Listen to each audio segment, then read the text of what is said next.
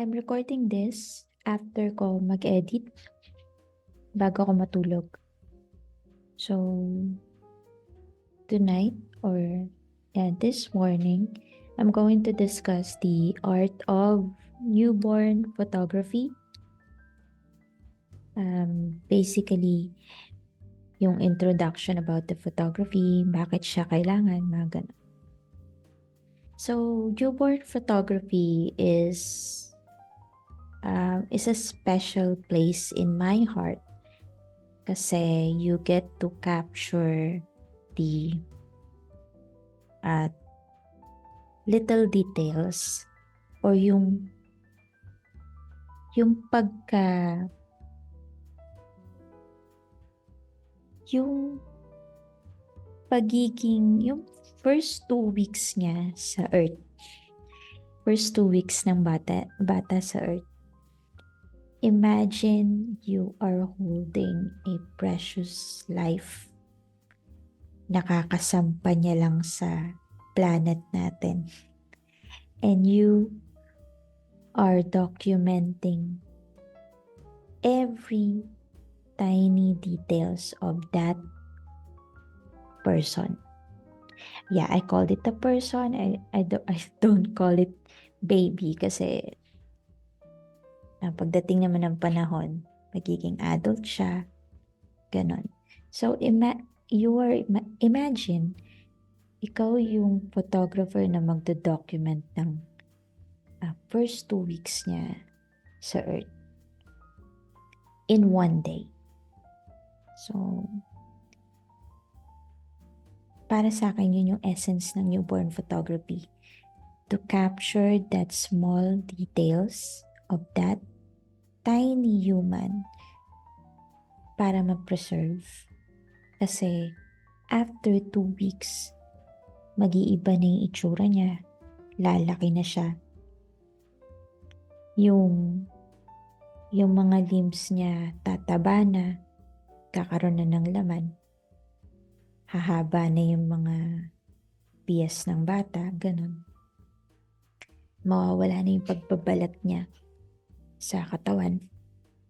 Pati yung paninilaw ng balat niya, mawawala na siya after a month. So, ang trabaho mo as a newborn photographer is to capture that little human and preserve that particular memory para sa parents, para sa paglaki niya, makikita niya yung itsura niya nung baby pa siya. Kasi, di ba, tayo, nung baby tayo, pinipicturean tayo gamit yung mga lumang camera. Tapos, minsan nakalampin ka lang, wala kang damit. Worst pa nga is yung pipicturean ka na labas yung private parts mo. Tapos, imagine, pinadevelop yun ng nanay mo sa camera store. And until now, sinishare nila sa GC nyo. Imagine that. Ngayon, swerte na yung mga bata ngayon kasi modern age na. So, they get to be posed in a cute settings. Nakarap sila ng ganda. Hindi na sila nakahubad na kita yung mga private parts. Although may newborn photography teams na nakahubad, pero hindi siya masagwa tingnan. It's still artistic, lalo na pag black and white.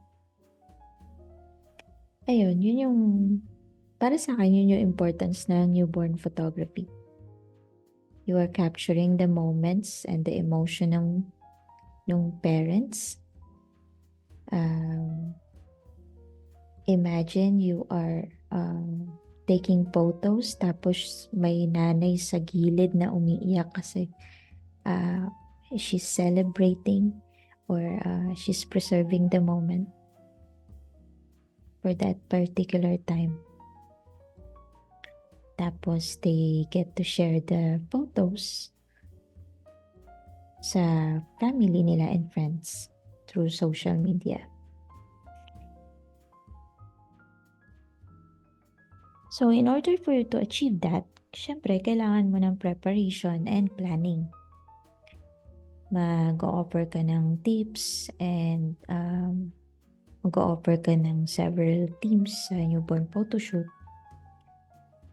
Mag-i-schedule ka ng time to do that. Tapos isa-set up mo yung studio and makikipag-communicate ka sa parents ng baby, which is yung magiging client mo. Dun sa preparation and planning na yan, may mga iba-iba kasi yung business techniques ng mga photographers. Ako kasi, what I do is I send a package list or papakita ko sa kanila yung session fee or yung rules ng studio ko with a video explanation na recorded para maintindihan nila.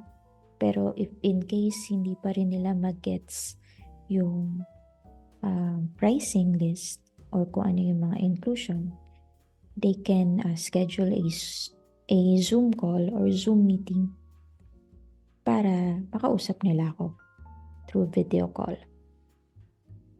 Then, may iba naman na send lang yung package list and that's it. Pipili lang sila doon, all in one package.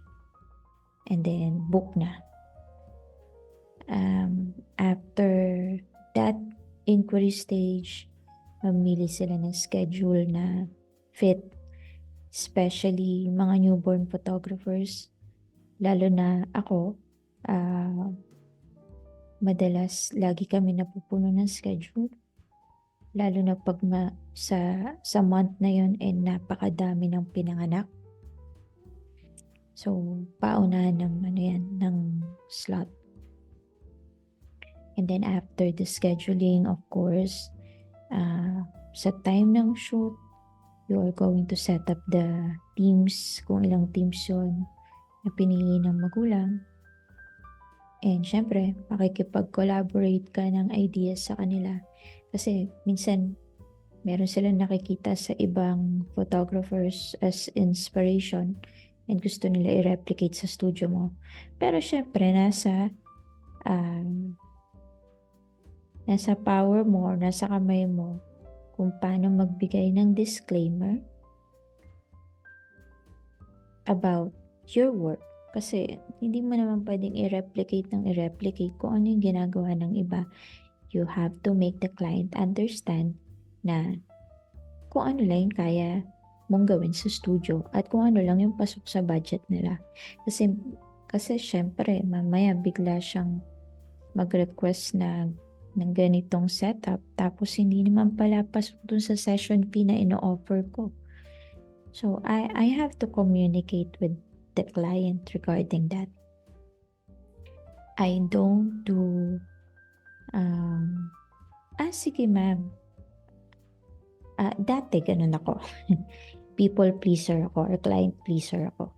Sige ma'am, gawin natin yan. Kaya natin yan. Ganing. Now, I set boundaries na. I set expectation na during inquiries pa lang, during Zoom meeting pa lang, and also sa preparation. Sineset ko na yung boundaries na depende sa situation kung ano yung age ng baby at kung ano yung nire-request nila. Kasi hindi sa lahat ng oras kailangan ang masunod ay yung client.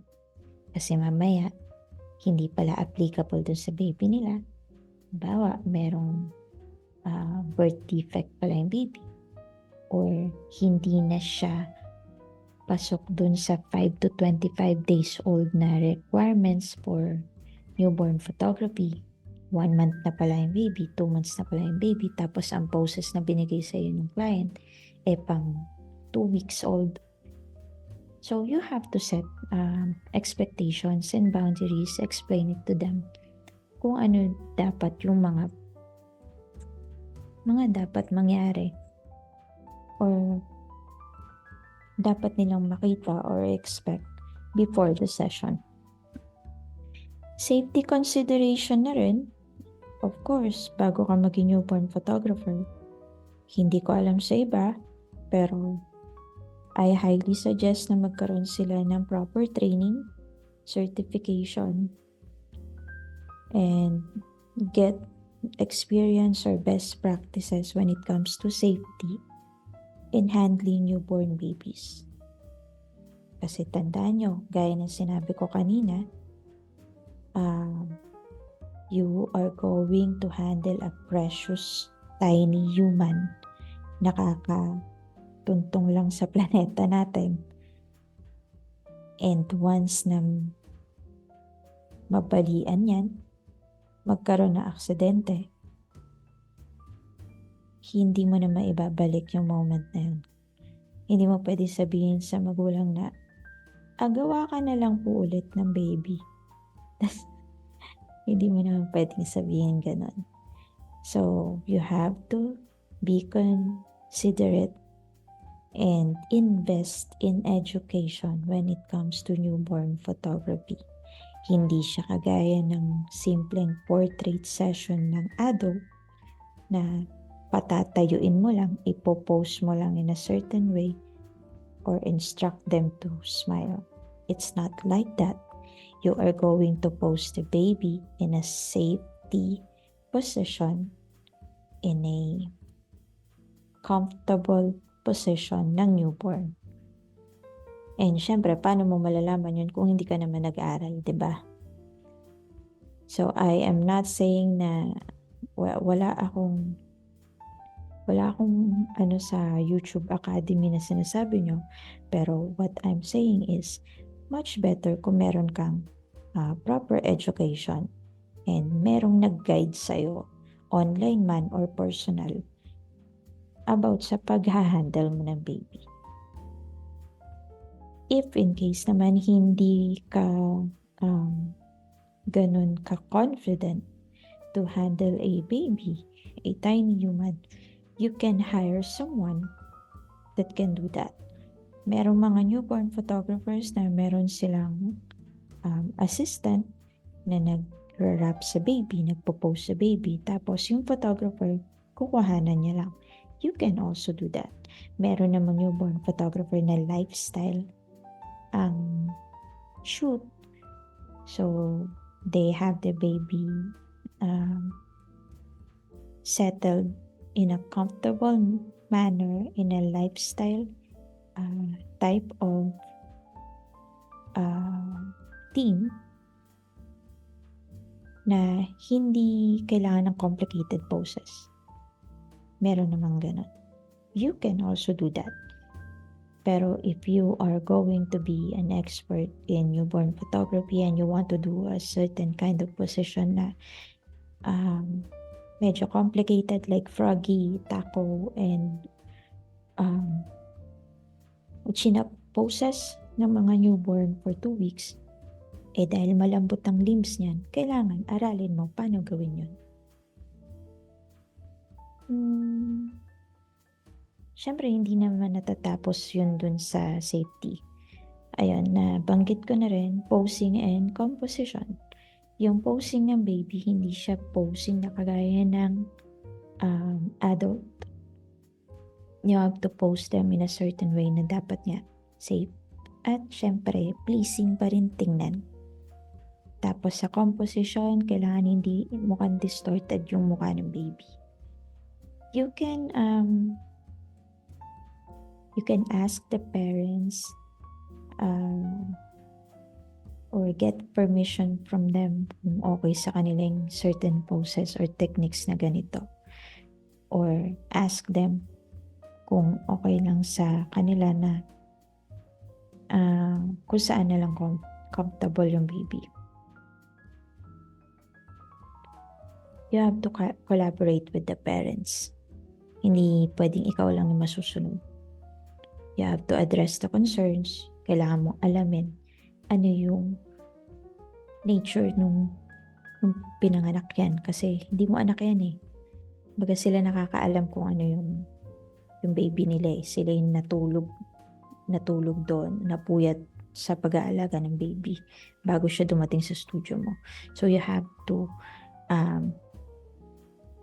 get more information from the parents. Hindi yung basta nag-book ka na lang tapos pagdating nila, lalapag mo lang yung bata. No, it's not gonna work that way.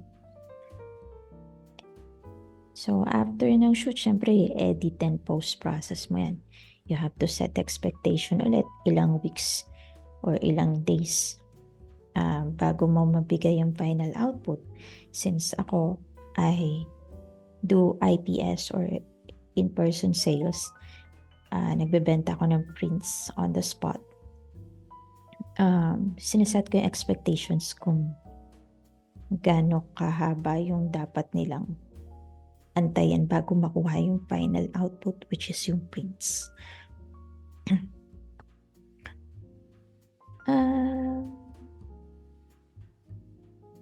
Hindi rin pwedeng puro ikaw lang yung nagsasalita during planning. You have to ask questions and you have to let the client ask questions as well para clear lahat. Para walang miscommunication before and after the photo session.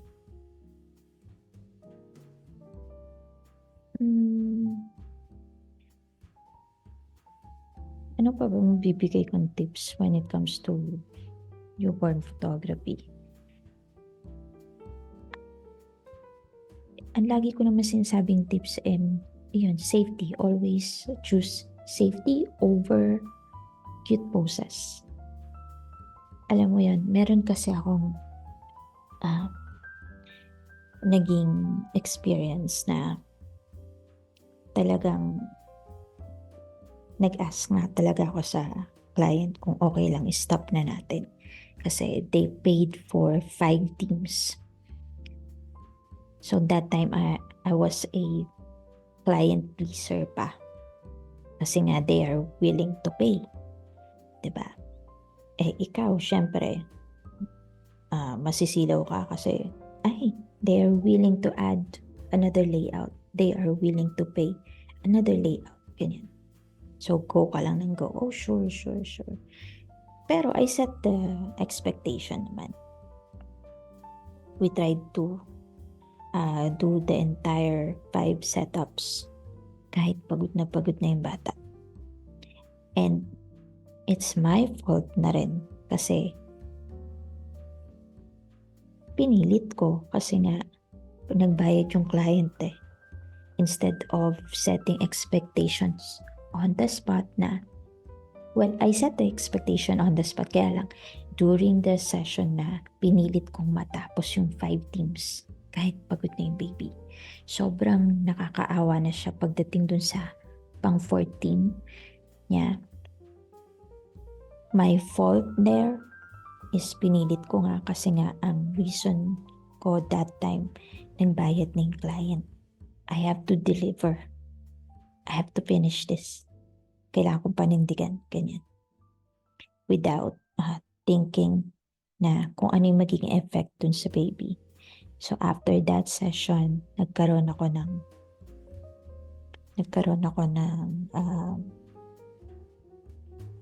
time magmuni-muni na parang may mali sa session na yon. That baby was really tired dun sa mga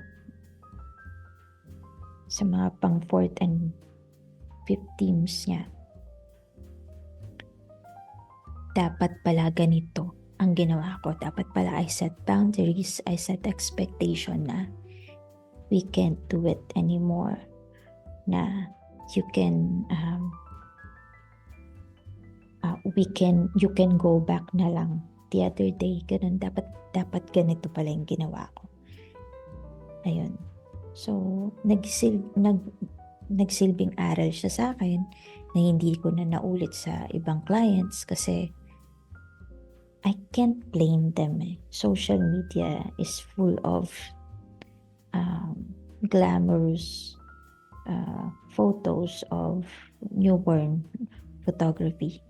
And may mga studio na nag-offer na hanggang 8 teams, hanggang 5 teams, or hanggang 1 to sawa. Dapat, dapat talaga nagsaset ako ng boundaries na doon. So, after that particular client, simula nun, I stick to my rules na 2 teams lang, 2 to 3 teams lang per session. If they want to have an additional layout, they have to pay additional fee. However, if I find na, or if naramdaman ko na pagod na yung baby, ako na yung magbibigay ng signal na, I'm sorry, we can't do this team na, stop na natin to. Either you can get a refund for that or come back another day if you want to do the additional layout. Ganun na ako ngayon. So, nagsaset na ako na expectation.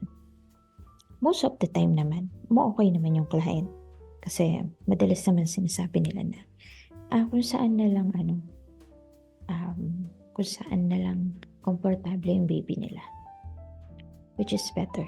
Napadali yung trabaho ko at hindi wala na compromise na na baby.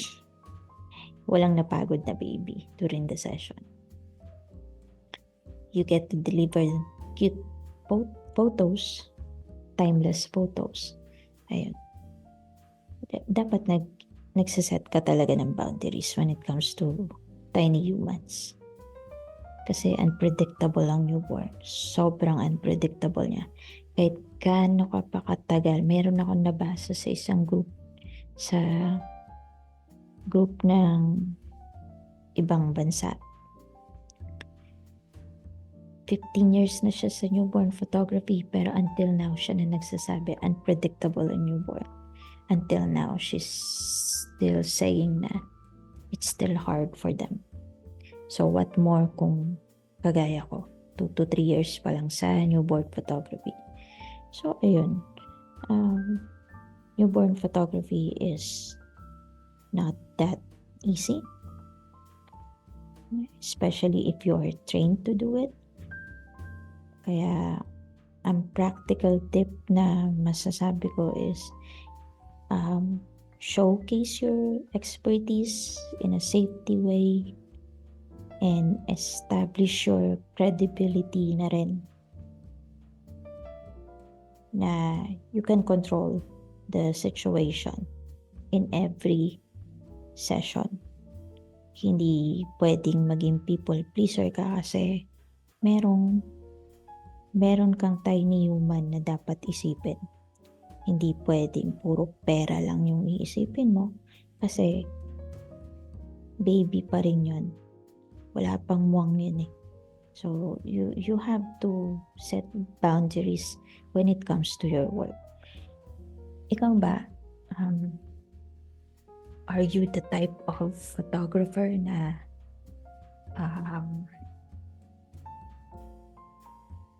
ay, malaking babayaran nito.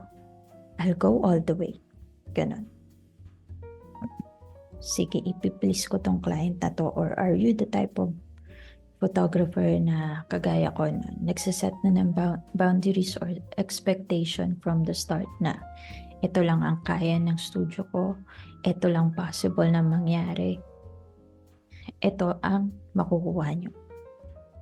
Or what kind of newborn photographer are you? Or what kind of basically a portrait photographer ka ba? Ikaw ba yung people pleaser? Or ikaw ba yung money grabber? Or ikaw ba yung tipo na nag-set ng expectation and boundaries sa client mo? I think yun lang naman yung thoughts ko before ako matulog. Kaya ako ni-record to. Para naman may matutunan kayo sa first 3 episodes ng podcast ko. Kasi syempre kaka-open niya lang eh. Baka sabihin niyo puro lang ako kwento. So ngayon, nag-share na ako ng tips for you guys. And hopefully, magawa ko to weekly habang nag-edit. Ayun lang naman. I think I end this recording na, and I hope you learned something tonight. Happy booking or happy editing to you guys, and you have a great night.